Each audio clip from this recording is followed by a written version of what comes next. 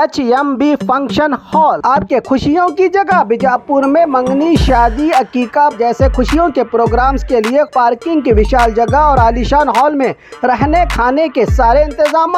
HMB function hall Ganesh Nagar, Bengaluru bypass road, Maruti and Toyota showroom, back side, Bijapur. Booking शुरू हो चुकी है।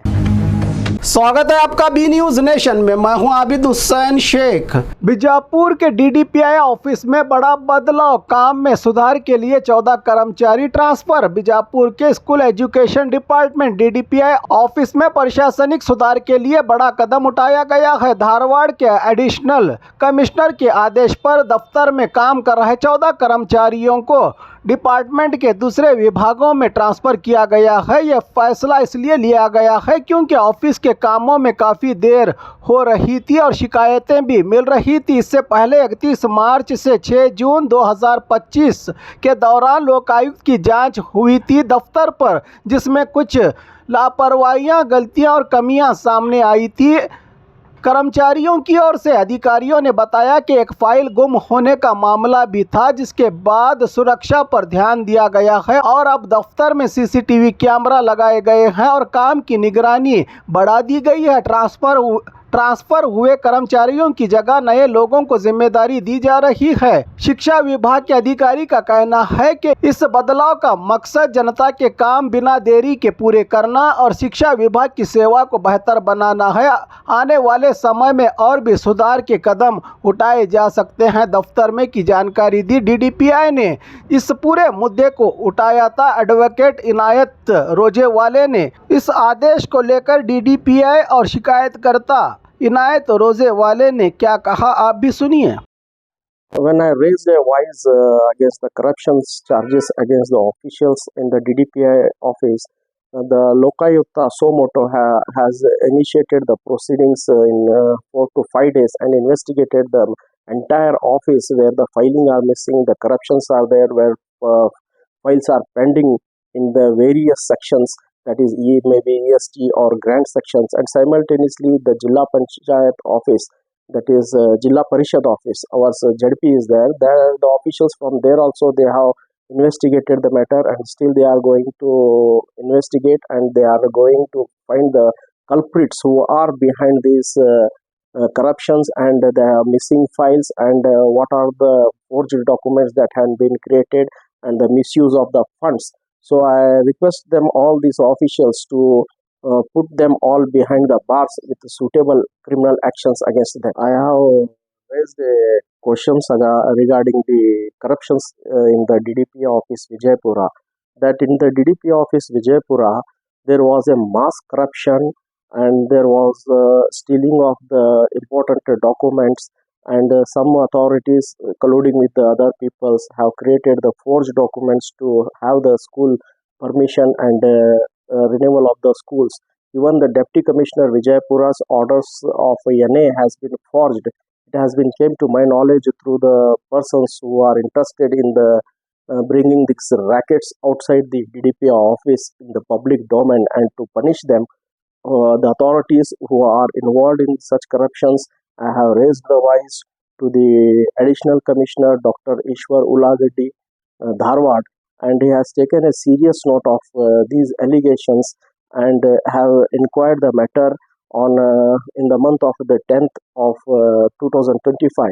There the officials, when they visited the DDP office Vijaypura, they got many documents which are missing, and the documents for which they are pending, there was a corruption charges, and they got the information that they are involved in such illegal activities, and they have taken the data, and all the informations were brought to the knowledge of the Additional Commissioner Dharwad, and going through all these documents, they have day before yesterday, that is on 17th 1 2026, 16 persons from the DDPI office have been transferred through deputation to that is the rural BO office, Diet Vijaypura, and some persons are transferred to Jhamkandi, and some persons are from Bagalkot, they have transferred to Vijaypura, that is DDP office.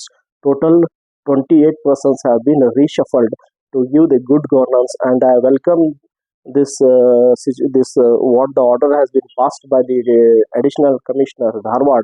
I welcome him, and not that is not enough. That is only transfer or the deputation has been given. A serious action should be taken against these all officials and the persons who are involved in this corruption and making the office involved in the illegal activities. So I kindly request to the additional commissioner and the principal secretary of education department and honorable education minister to take a serious action against all the officials who are involved in the illegal activities in DDP office Vijaypura. And further, I request the DDPI to see that the agents who are bringing the files by creating the false documents or forged documents should be seen very strictly. So, lastly, I say that this is a good initiative which was taken by the additional commissioner Dharwad. ಎಲ್ಲರಿಗೂ ನಮಸ್ಕಾರ. ತಮ್ಮ ಒಂದು ಮಾಹಿತಿ ಪ್ರಕಾರ ನಮ್ಮ ಉಪನಿರ್ದೇಶಕರ ಕಚೇರಿ ವಿಜಯಪುರದಲ್ಲಿ ನಿನ್ನೆ ದಿವಸ 19/1/2026 ಮಾನ್ಯ ಅಪರ ಆಯುಕ್ತರು ಶಾಲಾ ಶಿಕ್ಷಣ ಇಲಾಖೆ ಧಾರವಾಡ ಇವರ ಒಂದು ಆದೇಶದ ಪ್ರಕಾರ ನಮ್ಮ ಕಚೇರಿಯಲ್ಲಿ ಕಾರ್ಯನಿರ್ವಹಿಸುತ್ತಿರುವಂಥ 14 ಜನ ಸಿಬ್ಬಂದಿಯವರನ್ನ ಬೇರೆ ಕಚೇರಿಗಳಿಗೆ, ಅಂದರೆ ನಮ್ಮ ಇಲಾಖೆಯ ಬೇರೆ ಕಚೇರಿಗಳಿಗೆ ಆಡಳಿತಾತ್ಮಕ ಹಿತದೃಷ್ಟಿಯಿಂದ ನಿಯೋಜನೆಯನ್ನು ಮಾಡಿದ್ದಾರೆ. ಅನೇಕ ಸಂದರ್ಭಗಳಲ್ಲಿ ಕಚೇರಿಗೆ ಸಂಬಂಧಪಟ್ಟಂತೆ ಕಾರ್ಯಕ್ರಮಗಳ ಬಗ್ಗೆ ಅಥವಾ ಕಾರ್ಯದಲ್ಲಿ ವಿಳಂಬತೆ ಕೂಡ ಬಹಳಷ್ಟು ದೂರುಗಳು ಕೂಡ ಹಿಂದೆ ದಾಖಲಾಗಿದ್ದಾವೆ. ಇದರ ಜೊತೆ 3/10/2025ರಿಂದ 6/10/2025ರವರೆಗೆ ಮಾನ್ಯ ಆಯುಕ್ತಾಲಯದಿಂದ ನಮ್ಮ ಕಚೇರಿ ಕೂಡ ತಪಾಸಣೆಗೆ ಒಳಪಟ್ಟಿತ್ತು. ಇಂಥ ಸಂದರ್ಭದಲ್ಲಿ ಕೆಲವೊಂದಿಷ್ಟು ಕರ್ತವ್ಯದಲ್ಲಿ ವಿಳಂಬ ನೀತಿ ಬಗ್ಗೆ ಗಮನಕ್ಕೆ ಬಂದಿದ್ದರಿಂದ ಮತ್ತು ಇಲಾಖೆಯ ಕಾರ್ಯಕ್ರಮಗಳು ಮತ್ತು ಇಲಾಖೆಯ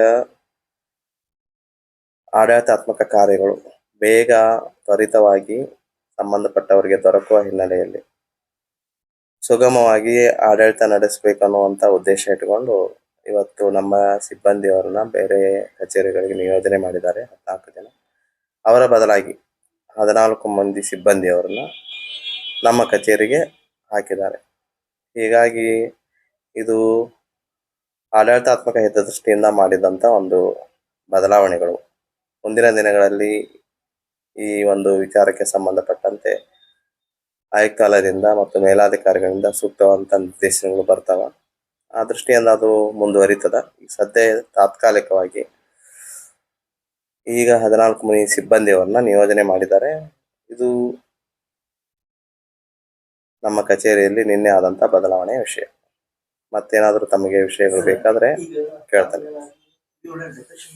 ಹೌದು, ನಿಯೋಜನೆ ಮಾಡಿದ್ದಾರೆ. ಇವರು ಸುಮಾರು ಕೆಲವು 10 ವರ್ಷ ಇರ್ಬೋದು, 5 ವರ್ಷ ಇರ್ಬೋದು, 3 ವರ್ಷ ಇರ್ಬೋದು. ಅಧಿಕೃತವಾಗಿ ಒಬ್ಬೊಬ್ಬರದ ಹೇಳಕ್ಕಾಗೋದಿಲ್ಲ. ಡೆಪ್ಯುಟೇಷನ್ ಪೀರಿಯಡ್ ಅಂದ್ರೆ ಅದು ಮುಂದೆ ಆಗುತ್ತೆ. ಮತ್ತೆ ಬೇರೆ ಸದ್ಯ ಆಡಳಿತಾತ್ಮಕವಾಗಿ ಏನು ಇಲ್ಲಿ ಕಾರ್ಯದಲ್ಲಿ ವಿಳಂಬತೆ ಆಗ್ತಾ ಇತ್ತು ಅದು ಸುಗಮವಾಗಲಿ ಅನ್ನುವಂಥ ದೃಷ್ಟಿಯಿಂದ ಮಾಡಿದ್ದಾರೆ. ಮುಂದೆ ಅದರ ಬಗ್ಗೆ ಮತ್ತೇನು ಕ್ರಮ ಕೈಗೊಳ್ತಾರೆ ನೋಡ್ಬೇಕಾಗುತ್ತೆ. ಅದು ಮೊನ್ನೆ ದಿವಸ ಅದು ಹಿಂದೆ ಆದಂತದ್ದು.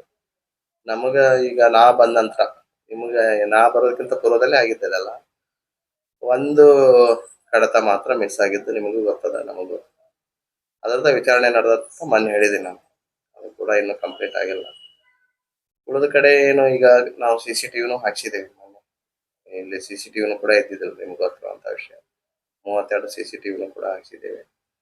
ಮತ್ತೆ ಬೇರೆ ಬೇರೆ ಬದಲಾವಣೆಗಳನ್ನು ಕೂಡ ಮಾಡ್ತಾ ಇದ್ದೇವೆ. ಇದ್ರ ಜೊತೆ ಇದು ಕೂಡ ಏನು ತಪಾಸಣೆ ಆಗಿತ್ತು ಆ ಸಂದರ್ಭದಲ್ಲಿ ಏನು ಗಮನಕ್ಕೆ ಬಂದದ, ಇಲಾಖೆ ಗಮನಕ್ಕೆ ಬಂದದ, ಆ ದೃಷ್ಟಿಯಿಂದ ಕೆಲಸ ಬೇಗ ಆಗ್ಬೇಕು ಅನ್ನುವಂಥದ್ದು ಮತ್ತು ಇವ್ರನ್ನ ಬದಲಾವಣೆ ಮಾಡ್ಬೇಕು ಅನ್ನುವಂಥದ್ದು ಗಮನಕ್ಕೆ ಬಂದಿದ್ರಿಂದ ಬದಲಾವಣೆ ಮಾಡಿದ್ದಾರೆ. ಬರ್ತಾರೆ. ಇವಾಗ ಅವ್ರು ನಿನ್ನೆ ರಿಲೀವ್ ಆಗಿ ಇವತ್ತು ಜಾಯ್ನ್ ಆಗ್ತಾರ. ಅವ್ರು ಇವತ್ತು ಬಿಡುಗಡೆ ಆಗಿ ಬರ್ತಾರೆ. ಅಂದ್ರೆ ನಮಗ್ ಬಂದಿದ್ ನಿನ್ನೆಲ್ಲ, ನಿನ್ನೆ ಬಂದದ ಮೇಲು. ಅದಕ್ಕೆ ಸಂಬಂಧ ಇಲ್ಲ, ನಮಗ್ ಬಂದಿದ್ ನಿನ್ನೆ. ನಿನ್ನೆ ಬಂದದ, ನಿನ್ನೆ ಮಾಡಿದೇವಿ. ನಿನ್ನೆ ಕಳಿಸಿದಾರ, ನಿನ್ನೆ ಮಾಡಿದೀವಿ. ಹಾಕಿದಾರಲ್ಲ ಇಲ್ಲಿ, ಅದ್ರ ಲಿಸ್ಟ್ನ್ಯಾಗ ಅದಾರ್ರಿ ಅವ್ರು. ಯಾರು ಈಗ ಅವ್ರು ಬಿಡುಗಡೆ ಆಗ್ಬೇಕಲ್ರಿ, ಇವ್ರು ಜಾಯ್ನ್ ಆಗ್ಯಾರ, ಅವ್ರು ಬಿಡುಗಡೆ. ಹೌದೌದು. ಅದು ಇನ್ನು ಈಗ ಪ್ರೊಸೆಸ್ನಾಗ ಅದಾರಿ. ಅಲ್ಲ, ಅದು ಅಂದ್ರೆ ಅದು ಬೇರೆ ಪ್ರೊಸೆಸ್ ಅದ. ಅದು ಇನ್ನೂ ನಮಗೆ ಮೊನ್ನೆ ಆಗ್ಯದ. ಅದ್ರ ಬಗ್ಗೆ ಅನುಪಾಲನಾ ವರದಿ ಕೊಡ್ಬೇಕಾಗುತ್ತೆ. ಅದು ಮುಂದಿನ ಹಂತದಲ್ಲಿ ಆಗುತ್ತೆ. ಹೌದೌದು, ಇನ್ಸ್ಟ್ರಕ್ಷನ್ ಕೊಟ್ಟಿದ್ದಾರೆ, ಮತ್ತೀಗ ಅವರು ಲಿಖಿತವಾಗಿ ಕೊಡ್ತಾರೆ. ಅದಕ್ಕೆ ಸಂಬಂಧಪಟ್ಟಂತೆ ನಾವು ಬದಲಾವಣೆ ಮತ್ತೆ ಏನು ಇಲ್ಲಿ ಪರಿಸ್ಥಿತಿ ಐತಿ ವರದಿ ಕೊಡ್ಬೇಕಾಗುತ್ತೆ.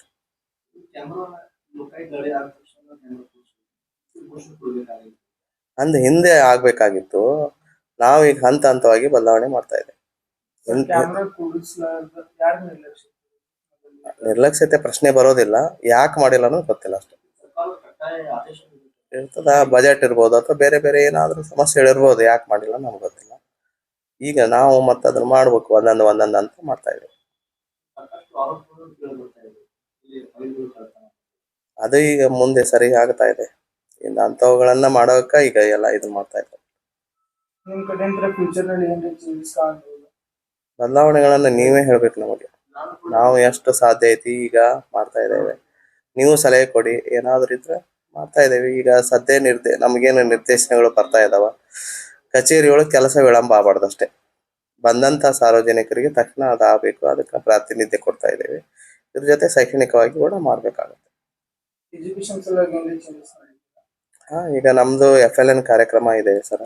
ಬೇಸಿಕ್ ನಮ್ಮಲ್ಲಿ ಈಗ ಏನು ಮೂಲ ಕಲಿಕೆ ಇಲ್ಲ, ಭಾಷಾ ಪ್ರಭುತ್ವ ಇರ್ಬೋದು ಅಥವಾ ಗಣಿತದ ಕಲಿಕೆ ಇರ್ಬೋದು, ಅದನ್ನ ಎಲ್ಲಾ ಶಾಲೆಗಳಲ್ಲಿ ಕೂಡ ಅನುಷ್ಠಾನ ಮಾಡ್ತಾ ಇದ್ದೇವೆ. ನೆಕ್ಸ್ಟ್ ಈ ವರ್ಷ LBA ಅದು ಕೂಡ ಅನುಷ್ಠಾನ ಆಗಿದೆ. LBA ಅಂದ್ರೆ ಒಂದು ಪಾಠ ಆದ ನಂತರ ಒಂದು ಘಟಕ ಪರೀಕ್ಷೆಗಳನ್ನ ಮಾಡ್ಬೇಕನ್ನೋದು. ಅದು ಕೂಡ ಎಲ್ಲಾ ಪ್ರಶ್ನೆ ಕೋಟಿಗಳಿರ್ಬೋದು, ಬುಕ್ಸ್ಗಳಿರ್ಬೋದು, ಸಾಹಿತ್ಯ ಇರ್ಬೋದು, ಎಲ್ಲರಿಗೂ ಕೂಡ ತರಬೇತಿ ಮಾಡಿದ್ದೇವೆ. ಅದು ಕೂಡ ಅನುಷ್ಠಾನ ಆಗ್ತಾ ಇದೆ. SSLC ಫಲಿತಾಂಶಕ್ಕೆ ಸಂಬಂಧಪಟ್ಟಂತೆ ಈಗಾಗಲೇ ಒಂದು ಸರಣಿ ಪರೀಕ್ಷೆ ಮುಗಿದಿದೆ. ನಾಳೆ 27ರಿಂದ ಮತ್ತೊಂದು ಸರಣಿ ಪರೀಕ್ಷೆ ಆಗ್ತಾ ಇದೆ.